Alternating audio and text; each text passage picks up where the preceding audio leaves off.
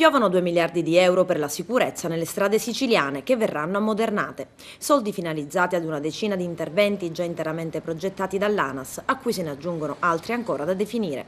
Cantieri dunque pronti a partire e le opere verranno concluse entro 3 o al massimo 4 anni. Nella mappa dell'ammodernamento stradale fanno parte anche il secondo lotto dell'Agrigento-Caltanissetta, a cui è stato destinato quasi 1 milione di euro, e la statale Agrigento-Palermo con un investimento di circa 300 milioni di euro, la Mazzara-Trapani con 134 ed infine sempre nell'Agrigentino anche lavori sulla Mare Monti. Si tratta di un piano previsto dal contratto istituzionale di sviluppo, uno strumento di programmazione grazie al quale tempi di realizzazione, fonti di finanziamento e avanzamento delle opere vengono fissati e tenuti costantemente sotto controllo. Per la Sicilia lo firmerà a Roma con i rappresentanti del governo e dell'ANAS a metà settembre l'assessore alle infrastrutture Nico Torrisi.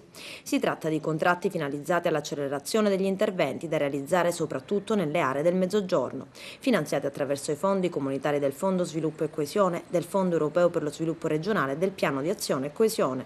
E dalla rete viaria a quella navale. Slitta l'arrivo a Porto Empedocle della nave di Lina Sansovino che da stasera avrebbe dovuto coprire il collegamento con le isole Pelagie.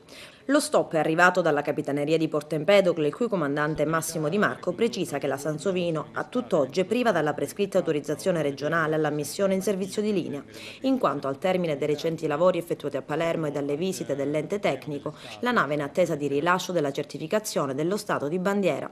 Dunque a coprire la tratta sarà ancora la Pietronovelli, meno capiente della Sansovino, che ha ottenuto una nuova proroga da parte dell'autorità marittima su sollecito del prefetto di Agrigento per motivi di pubblico interesse.